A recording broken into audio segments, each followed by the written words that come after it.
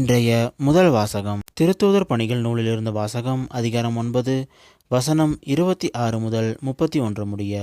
அந்நாட்களில் சவுல் எருசலேம் நகருக்கு வந்தபோது சீடர்களுடன் சேர்த்து சவுலை யூதர்கள் கொல்ல முயன்றார்கள். ஆனால் அவரும் ஒரு சீடர் என்பதை நம்பாமல் அனைவரும் அவரை கண்டு அஞ்சினர். பர்னபா அவருக்கு துணை நின்று அவரை திருத்தூதர்களிடம் அழைத்து சென்றார்.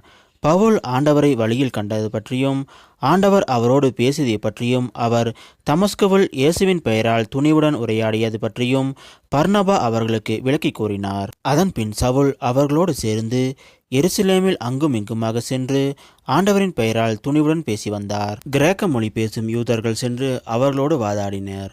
அவர்கள் அவரை கொன்றுவிட முயன்றார்கள். ஆனால் அவரோடு இருந்த சகோதரர்கள் இதை அறிந்து அவரை சிசேரியாவுக்கு கூட்டி சென்று அங்கிருந்து தர்சு நகருக்கு அனுப்பி வைத்தார்கள். யூதேயா, கலிலேயா, சமாரியா ஆகிய பகுதிகளிலெல்லாம் திருச்சபை வளர்ச்சியுற்று ஆண்டவருக்கு அஞ்சி நடந்து அமைதியில் திளைத்து தூய ஆவியாரின் துணையால் பெருகி வந்தது. இது ஆண்டவர் வழங்கும் அருள்வாக்கு. இறைவா உமக்கு நன்றி. இன்றைய இரண்டாம் வாசகம் திருத்தூதர் யோவான் எழுதிய முதல் திருமுகத்திலிருந்து வாசகம். அதிகாரம் 3 வசனம் 18 முதல் 24 முடிய. பிள்ளைகளே, நாம் சொல்லிலும் பேச்சிலும் அல்ல, செயலில் உண்மையான அன்பை விளங்கச் செய்வோம். இதனால் நாம் உண்மையை சார்ந்தவர்கள் என அறிந்து கொள்வோம். நம் மனசான்று நாம் குற்றவாளிகள் என தீர்ப்பளித்தாலும் கடவுள் திருமுன் நம் உள்ளத்தை அமைதிப்படுத்த முடியும். ஏனெனில் கடவுள் நம் மனச்சான்றை விட மேலானவர், அனைத்தையும் அறிபவர். அன்பார்ந்தவர்களே, நம் மனச்சான்று நாம் குற்றவாளிகள் என தீர்ப்பளிக்காதிருந்தால் நாம் கடவுள் திருமுன் உறுதியான நம்பிக்கை கொண்டிருக்க முடியும். அவரிடம் நாம் எதை கேட்டாலும் பெற்றுக்கொள்வோம். ஏனெனில் அவர் கட்டளைகளை கடைபிடிக்கின்றோம். அவர் திருமுன் அவருக்கு உகந்தவற்றையே செய்து வருகிறோம். கடவுள் நமக்கு கொடுத்த கட்டளைப்படி அவருடைய மகன் இயேசு கிறிஸ்துவிடம் நம்பிக்கை கொண்டு ஒருவர் மற்றவரிடம் அன்பு செலுத்த வேண்டும். இதுவே அவரது கட்டளை. கடவுளுடைய கட்டளைகளை கடைபிடிப்பவர் அவரோடு இணைந்திருக்கிறார். கடவுளும் அவரோடு இணைந்திருக்கிறார். கடவுள் நம்மோடு இணைந்திருக்கிறார் என்பதை அவர் நமக்கு அருளிய தூய ஆவியால் அறிந்து கொள்கிறோம். இது ஆண்டவர் வழங்கும் அருள்வாக்கு. இறைவா உமக்கு நன்றி.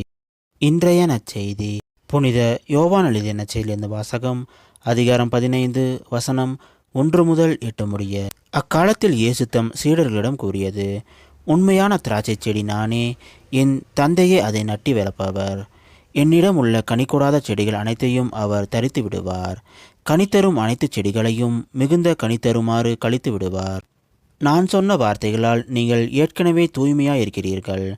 நான் உங்களோடு இணைந்து இருப்பது போல நீங்களும் என்னோடு இணைந்து இருங்கள். கொடி திராட்சை செடியோடு இணைந்து இருந்தாலன்றி தானாக கனித்தர இயலாது. அதுபோல நீங்களும் என்னோடு இணைந்திருந்தாலன்றி கனித்தர இயலாது.